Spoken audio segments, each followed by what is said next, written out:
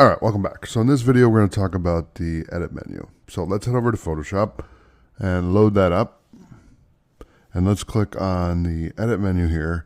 And I'm just going to go over a quick overview of what everything is, and then we'll actually use some of the tools. Okay, so in the edit menu, you have the undo, redo, toggle last state, fade, cut, copy, copy merged, paste, paste special, and clear. So these are common tools that I use all the time. So let's hit Control N to create a new document. And we'll just do the default Photoshop size. That's fine. And what I'm going to do is I'm going to draw number 1, 2, 3, and 4. You don't have to do that if you don't want to. You can just follow along. So I want to show you what you can do here. So we can undo the brush tool or toggle last state. Okay, so if I hit Control Z, it's going to get rid of the dot, and then it's going to get rid of the 4. Or well, however I draw it, so if I hit Control Z again, it'll get rid of the dot and get rid of the number 3. Control Z, get rid of the dot, get rid of the number 2. Control Z, get rid of the dot, get rid of the number 1. Now, if I want to redo that, then what I'm going to do is I'm going to redo the brush tool. So we did the undo tool. Now I want to redo it. So we're going to hit Shift Control Z. So Shift Control Z. That's going to bring back the number 1. And then if I hit it again, then we'll get the dot. I'll get the number 2, and I'll get the dot. I'll get the number 3, and I get the dot. Every time I hold Control, Shift, and then hit Z, it brings everything back.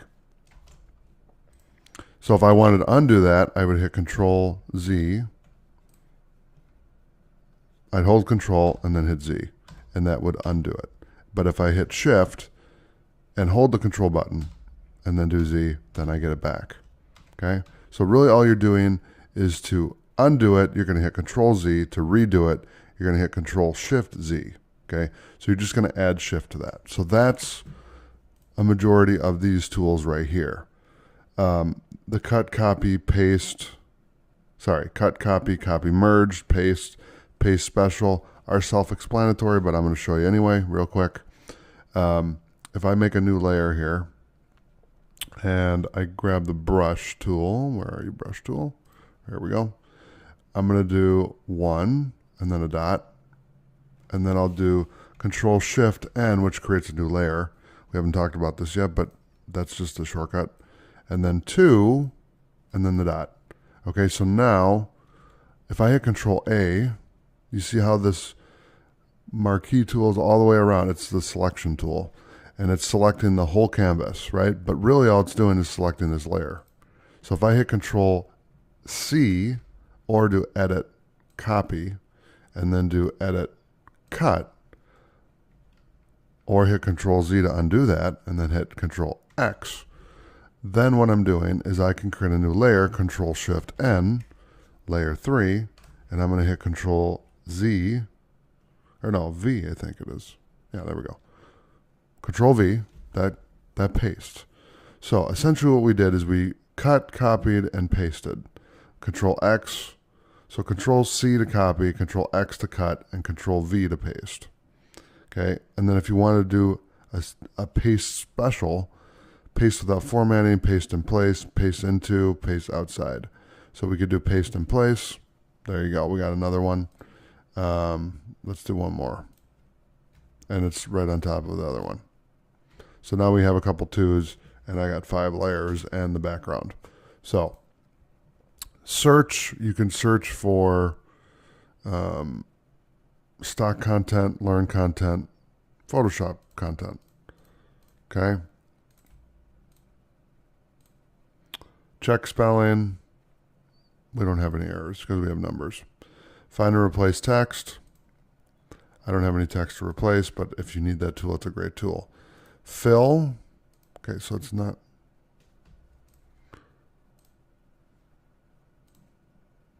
There we go. So what I did is I unlocked this layer. So you're going to see right here, there's a little lock on your layer here. If you just double click it, it'll unlock it and then open up the filter. But you can do that, or you can just click here too. I really like shortcuts, so. But then it does stuff that I don't want it to do. So either way is fine.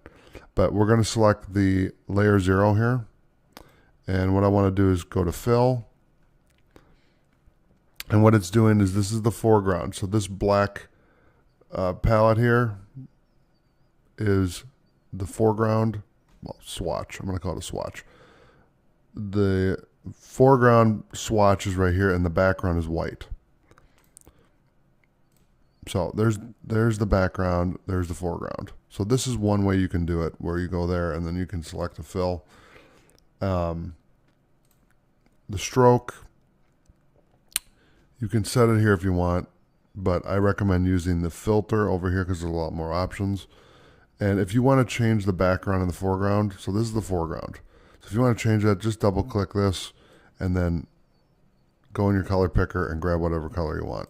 Okay, I'm going to cancel that and then if you want to go to the background, just double click the white and then do the same thing. Change the color to whatever background you want, and it's super simple. And if you want to switch them, you just click this little button here and it'll switch back and forth, or you can hit X. That's what I like to use. X is really fast. So you just hit X and then it'll go back and forth, and then you can change the color whatever you want.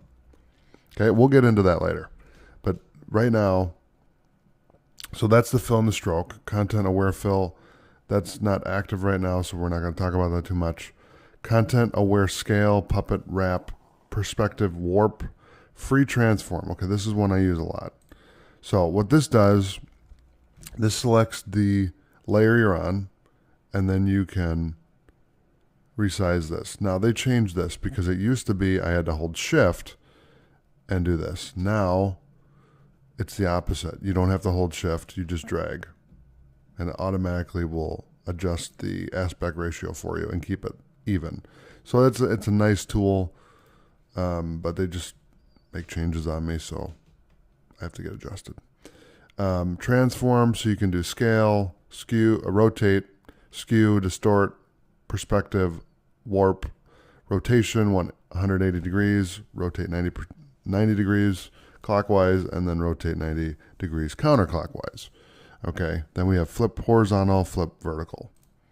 So I can flip that vertical because that's just that content. Now if I went to this one and did the same thing, we go to transform and we skew, then you can see that's a skew. Okay, and if I go to layer 2, which I need to change my labeling, we'll do that later, we can rotate clockwise. It says I'm empty. Why? Okay, let's do this one then. We can do rotate clockwise. There you go. So those are some of the effects that you can do in the transform area. Purge, you can do clipboard, histories, all, video cache, Adobe PDF presets, preset manager, migrate presets, export, import, remote connections, color settings, assign to profile, or assign profile, convert to profile, keyboard shortcuts, menus, toolbar, and preferences. So this is the one I care about the most. Keyboard shortcuts and menus. Awesome. You don't have to learn all these right now, but I'm telling you, this is going to make your life so easy once you get the hang of it. And trust me, it takes a little time, but I've been using this software a long time, and I live by the shortcuts. And when they do an update and they change my shortcuts, I just change them back. That way I can keep working the way that I've been working for 15 years, you know? All right, so I'll cancel that. Let's look at the preferences real quick. I'm not going to go over a lot of this other stuff because we're going to be going through all the menus, so I don't want to change anything. But basically, this gives you the option to go through here, and you can change the shortcuts and, you know, restore things and set defaults and load presets and all that. I don't want to do that. I want to leave it just the way it is so that I can show you how to use it. So let's do preferences, and we'll just go to general.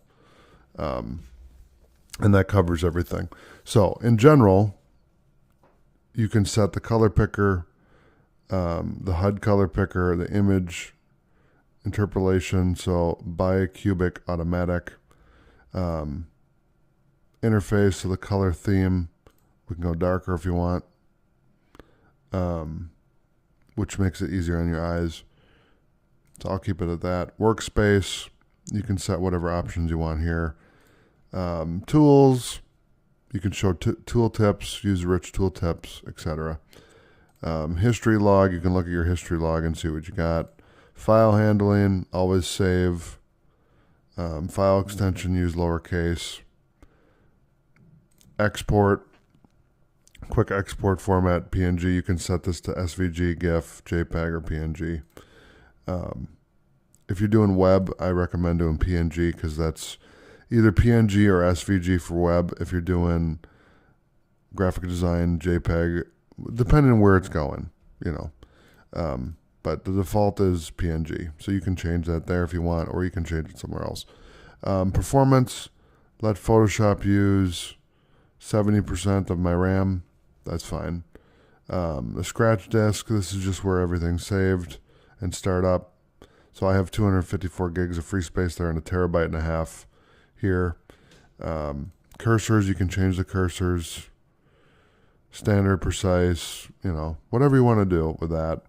Transparency, settings, I'd leave all this as it is. Units and rulers, I haven't even shown you the ruler tool, but I'll do that next. Guides, grid and slices, I'd leave that the way it is. Plugins, you can get plugins. Type options, so use smart quotes, enable glyph protection, show font names in English, use escape key to commit text, etc. 3D, same deal. We're going to use 100% RAM to do 3D rendering. I recommend doing that. Just make sure you have a lot of RAM so you can handle this if you're doing that. Technology previews. That's really it. So I'll close that out. Let me show you the ruler real quick. We're going to hit Control R, and that's the ruler. So you can see here that it's in, if I right click on it, we're in pixels. You can go inches, centimeters, millimeters, points, picas, I don't know what that is, percent. Okay, the one I work in all the time is pixels. That's all I do. So I have done inches as well, but I try to just keep it in pixels. Keep it simple. I see in pixels, I'm just saying, okay? So that's the edit menu. So thank you for joining me in this video. I'll see you in the next video. Take care.